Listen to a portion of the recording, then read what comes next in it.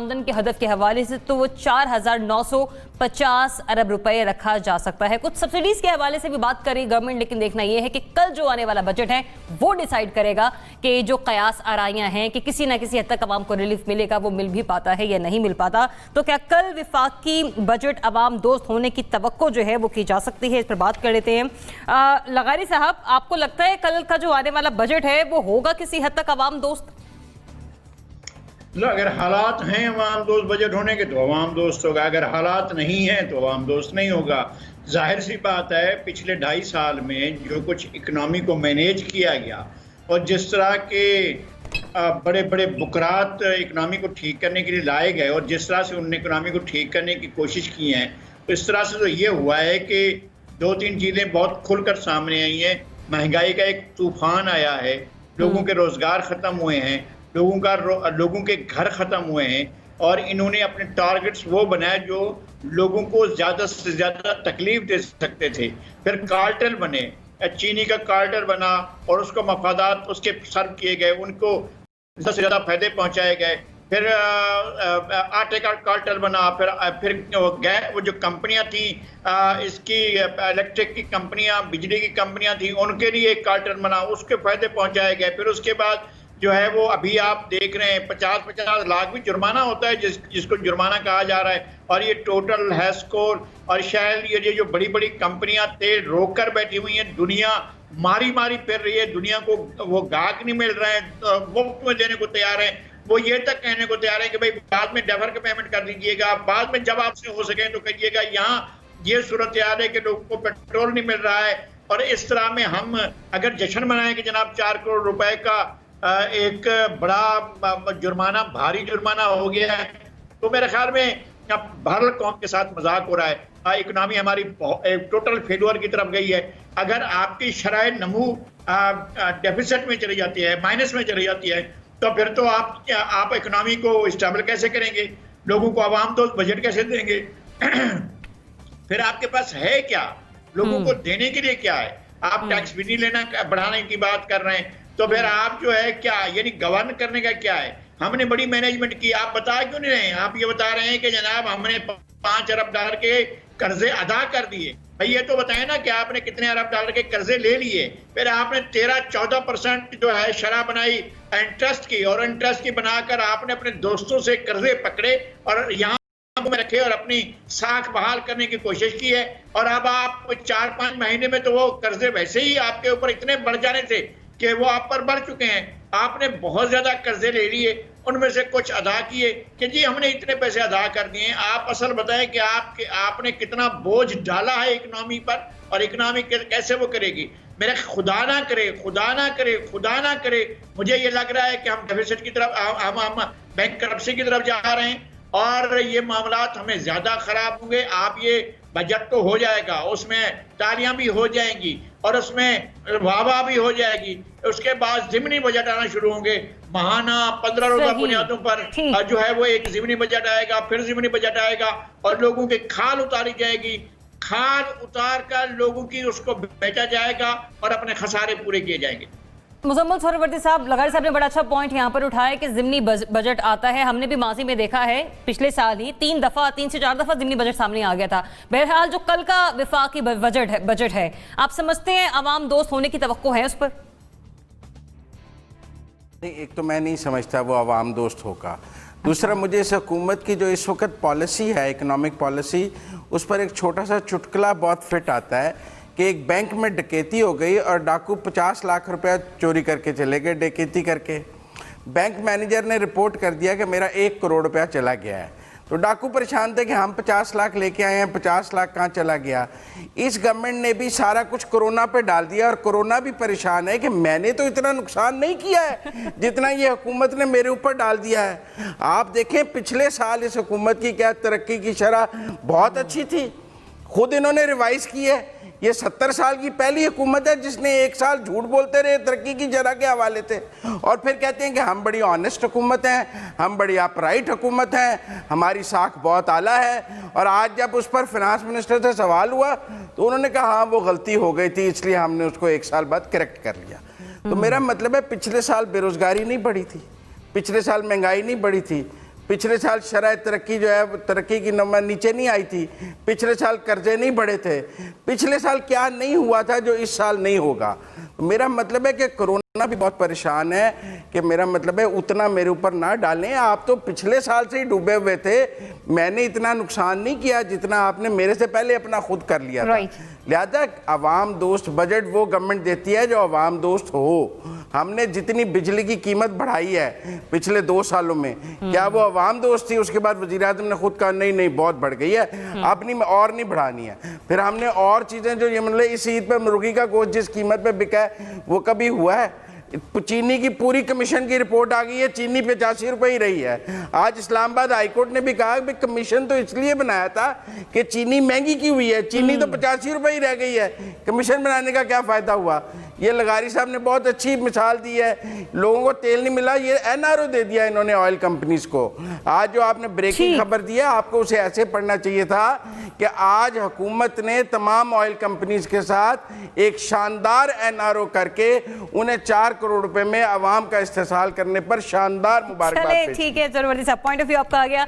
नजर उम्मीद साहब, इस पॉइंट के साथ आपके पास आऊंगी कि हफीज शेख साहब ने आज कहा कि महसूलात की हदफ में हमें 3000 अरब रुपए का नुकसान हुआ। ये नुकसान वो 3 से 4 माह का गिनवा रहे हैं। अब आ जाए जरा कल के बजट की तरफ, अवाम दोस्त है तवक्को उसकी?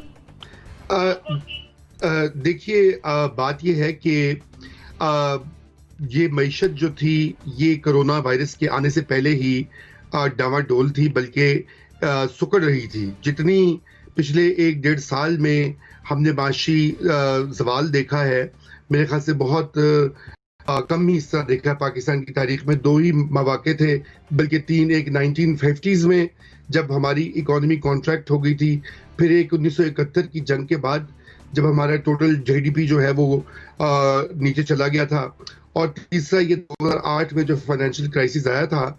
और उन तीनों जो 2008 वाला था जो आखिरी क्राइसिस था, उससे खुशकिस्मती से पाकिस्तान 5-6 महीने के बाद उसे निकल गया था। इस बार जो हम देख रहे हैं वो ये हुआ है कि इससे पहले कि हम क्राइसिस से निकलते तो कोरोना वायरस आ गया, उससे आलमी मईशत भी इन्फ्लुएंस हुई है और तमाम मईशतें इन्फ्लुएंस हुई हैं। अभी तो मसला ये है कि ये बजट जो है ये सख्त भी होगा, और इसमें मेरी अपना अंदाज़ा ये है कि इसमें रिलीफ कम होगी। उसकी वजह यह है कि हुकूमत के पास इतने ज़्यादा खराजात हैं और वो टैक्सेस की वसूली नहीं हुई, और ना ही अगले साल में होने का इम्कान है। लोगों के पास पैसे नहीं है, नौकरियां नहीं है, तो वो कहाँ से टैक्स भरेंगे, या कहाँ से इनडायरेक्ट टैक्सेस की अगर सेल्स नहीं होगी तो कहाँ से इनडायरेक्ट टैक्सेस दिए जाएंगे।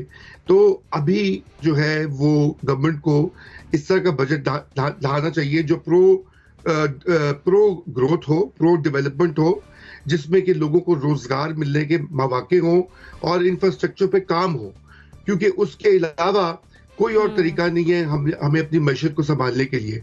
अब ये देखना है कि क्या होता है, कल मालूम पड़ जाएगा। यही दुआ करते हैं कि लोगों को कुछ रिलीफ मिले इस बहुत मुश्किल। मैं आपके एनालिसिस का ये सुनो, कल तक बजट पे ड्यू रखो रज़ारोमी साहब, या फिर आप कुछ कह सकते हैं कि तवक्को की जा सकती है अवाम दोस्त बजट की? मेरा नहीं ख्याल अवाम दोस्त बजट की तवक्को कैसे होगी जब आपके IMF की कंडीशंस को कबूल किया हुआ है, और IMF जो होती है वो उसके जो ब्यूरोक्रेट होते हैं वो जो फिस्कल डेफिसिट है सारी तांद उस पर टूटती है कि आपका जी खसारा कम हो, आप टैक्सेस ये वाले बढ़ाएं वो बढ़ाएं। हालांकि अगरचे ये कोविड-19 की वजह से कुछ उनकी भी थोड़ी सी चेंज आई है, लेकिन उनका पाकिस्तान के अवाम से क्या ताल्लुक, उनका पाकिस्तान के अवाम से क्या मोहब्बत। असल जो पाकिस्तान को रूल कर रहे हैं, जो पाकिस्तान में मुंतखब लोग हैं, जो पाकिस्तान को चलाते हैं, ठीक है रज़ारोमी साहब, पॉइंट ऑफ व्यू आ गया आपका पॉइंट आ गया, उनकी जिम्मेदारी है। ठीक है जनरल साहब, कोरोना का कोरोना रोना भी है, तो कोरोना तो मार्च में आया ना पाकिस्तान में, तो अब ये कल का बजट हम उम्मीद रख सकते हैं फिर अवाम दोस्त होने की? देखिए ज़रा एक बुनियादी असूल है, कर्जे पे जिंदा रहने वाली कौमें गुलछले नहीं उड़ा सकती, ना उनको उड़ाने चाहिए। पिछली गवर्नमेंट जो थी वो $95 बिलियन का कर्जा छोड़ के गई, जो हमारी अपनी जीडीपी का तकरीबन 80% के करीब 76 या 77% बनता था। आज उससे भी बढ़ गया है कर्जे। आप जब आपकी जीडीपी और उसकी रेशो ये होगी तो आपको हमेशा कर्जा उतारने के लिए मजीद कर्जा लेना होगा, या आपने अपनी आमदन बढ़ानी होगी। आमदन बढ़ी नहीं बढ़ी, आपने जो 30 अरब डॉलर का आपके जिम्मे एक करंट अकाउंट डेफिसिट छोड़ दिया गया था, आपने उसको कम करना शुरू किया। आमदन नहीं बढ़ी लेकिन आपने अपनी बचत के जरिए 30 अरब डॉलर का, आज वो गालिबन 3 अरब डॉलर तक पहुंचा हुआ है आपका करंट अकाउंट डेफिसिट। अब चीज ये है कि जब कर्जे इतने बढ़ जाएं, मैं तो हैरान होता हूं कि उस वक्त पार्लियामेंट कहां थी कि उन्होंने नून लीग की गवर्नमेंट को कन्फ्रंट किया कि आप कर्जे लेते जा रहे हैं और हमें आप सबज बाग दिखा रहे हैं, लेकिन ये कर्जे उतारेगा कौन और उतरेंगे कैसे, क्योंकि असल चीज तो वो है।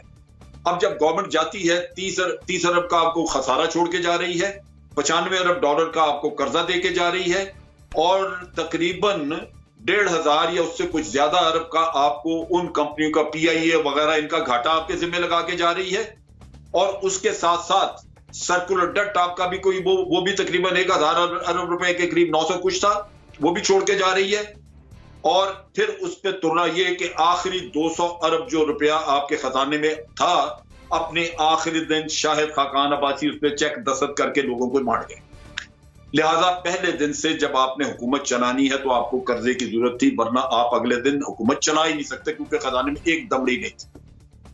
हमें ऑब्जेक्टिव होना चाहिए, ठीक है बग़ज़ होगा किसी के साथ निकालें, लेकिन चीज यह है कि चीजें ठीक करनी हम सबकी सोच का नतीजा होगी सबका। वो पार्लियामेंट कहां है? आज ये कर्जे ले रहे हैं, किधर है पार्लियामेंट? वो पूछे। हमें तो सिर्फ रोजाना ये सुनने को मिलता है कि जनाब नैब में क्यों बुलाया जा रहा है फलाम। ओ भाई मेरे, ये इस मुल्क की बात है, नैब तूने खाया माल, अब तुझे नैब अगर पूछ रहा तो पूछने दो, मेरा उससे क्या मसला। मेरा मसला ये है कि मुल्क की इकॉनमी ठीक करने के लिए तूने को बात की है, तो वो इनमें से कोई नहीं करता। लेकिन आज भी मसला ये है कि कर्जे लेके कर्जे उतार रहे हैं आप। अब कोरोना ने क्या किया है, 16 अरब डॉलर का आपको रिमिटेंसेस आती थी जो बाहर के मुल्कों से आपको पाकिस्तानी भेजते थे, वो हो गई सिफर। बल्कि बेरोजगार होके आपके जिम्मे लग गए, मुल्क में आ गए हैं, वो कहते हैं जी अब हमें भी पालें आप। फिर इसके साथ साथ आप देखिए कि एक्सपोर्ट्स आपकी रुक गई क्योंकि बाहर भी लॉकडाउन है, मार्केट खुल नहीं रही, काम चल नहीं रहे, आपसे माल कोई मंगवा नहीं रहा, ऑर्डर्स कैंसिल हो रहे हैं आपके। सो आपकी एक्सपोर्ट नहीं होगी तो आमदन कहां से आएगी आपको जनाब? और जो घाटा करने वाले अदारे हैं वो चल रहे हैं वो उसी तरह ही। वो कहते हैं जिनके मुलाजमों को ना छेड़ें, इनको पालें, ये धेले का काम ना करें, इनको रोटी दें, इनको पैसे दें। तो ये हालात आप मुल्क के रख के बैठे हुए हैं। और अच्छा जनरल साहब, आपने अपनी गुफ्तगू के आगाज में कहा कि कर्जों के बोझ तले चलने वाली हुकूमतों से हम दोस्त तब आए जब ये कौम कमाए, टैक्स पे कमाए, अपने पैसे पे याशी करे, बिल्कुल करे। जब आप टैक्स नहीं देने को तैयार, ताजर हड़ताल करते हैं, आप उसे कहते हैं कि तुम नॉन फाइलर हो, फाइल करो, वो हड़ताल कर देता है। चलिए ठीक है, जॉब्स है नहीं, इनकम है नहीं, रेवेन्यू जनरेट हो नहीं रहा, टैक्स की अदायगी कहां से मुमकिन हो पाएगी, क्वेश्चन मार्क है ये भी। मेरा केस नैब में नहीं जाना चाहिए, इंडस्ट्रियलिस्ट कहता है मेरा कैब नैब में नहीं जाना चाहिए, वो आपको ब्लैकमेल करता है ये माफिया। ठीक है जनरल साहब, पॉइंट आपका आ गया। तो याशी किस बात की और किस बात की आप कहते हैं कि जी हम हमारी फलाह बहबूद होनी चाहिए? पैसा दें, कमाएं और आगे फिर जो मर्जी करें, खुद कमाएं खुद खाएं। नसीम सिद्दीकी साहब, आप ये देखें ज़रा आप कि जब भी हम अपने उस्ताद के साथ कोई चीज़ वो हमें पढ़ाते हैं या लेक्चर वगैरह देते हैं तो उसमें वो तारीख़ का हवाला ज़रूर देते हैं। हर जगह आपने देखा होगा कि हर चीज़ में तारीख़ का हवाला मिलता है। आप उलमा मशाइख के पास किसी मसले को लेके चली जाएं तो वो हमेशा तारीख़ का हवाला ज़रूर देंगे। लेकिन हमारे मुल्क में तो पिछली गवर्नमेंटों का जिक्र करना भी कुछ तजियाकार जो हैं वो उसको गुनाह समझते हैं। मैं तो कहूँगा कि 71 साल से इस मुल्क के अंदर शहद और दूध की नहरें बह रही थी, अब 2 साल से जो है बस इस मुल्क का इमरान खान ने आके बेड़ा गर्क कर दिया है। सारा जो मलबा है वो उनके ऊपर डाल दिया गया है। हम आवाम को कहते हैं कि आवाम जो है वो कोरोना वायरस को नहीं मानती, लेकिन हमारे कुछ तजियाकार जो तबाही आ रही है कोरोना से उसको नहीं मानते, जबकि सारी दुनिया में देखा गया कि जिस तरह जनरल साहब ने जिक्र किया कि रेमिटेंसेस नहीं आ रही हैं, हमारी एक्सपोर्ट नहीं आ रही, तो भाई बहुत बड़ा नुकसान इस कोरोना ने पूरी दुनिया में किया और ये नुकसान आने वाले दिनों में पता चलेगा। रज़ा रूमी साहब ने बिल्कुल सही कहा कि जब हमारी इस वक्त मईशत ठीक ही नहीं है तो हम किस तरह एक्सपेक्ट कर सकते हैं कि गवर्नमेंट जो है वो कोई आवाम दोस्त बजट देगी। इस वक्त गवर्नमेंट के बुरे हालात हैं, जो पैसा फिस्कल डेफिसिट में था या इस वक्त इकॉनमी का जो हाल है उसमें वो कोशिश करेंगे। और फिर जब IMF की जो कदगन लगी हुई है उसकी मौजूदगी में तो आप अच्छा बजट दे ही नहीं सकते, क्योंकि जो हुकूमतें होती हैं उनका कोई कारोबार नहीं होता। हुकूमतें हमेशा टैक्स कलेक्शन करती हैं और इस मुल्क में आप देख लें कि टैक्स कलेक्शन का क्या हाल रहा है। हर इदारा बदनाम है, हर इदारे में करप्शन है, वो FBR हो या सेल्स टैक्स के हो या दूसरे हों। जब आप हुकूमत को पैसे देते नहीं हैं, किसी भी हुकूमत को, और फिर आप उनसे एक्सपेक्ट करते हैं कि वो आपको बहुत अच्छा आवाम दोस्त बजट देंगे या वो आपको कोई बेनिफिट्स देंगे, गो के आप देखें कि इस क्राइसिस में भी इस हुकूमत ने एहसास प्रोग्राम के जरिए कितने गरीब लोगों को जो है पैसे बांटे हैं, उनको डोर स्टेप के ऊपर पैसे मिले हैं। एहसास प्रोग्राम के तहत जिस तरह से आवाम का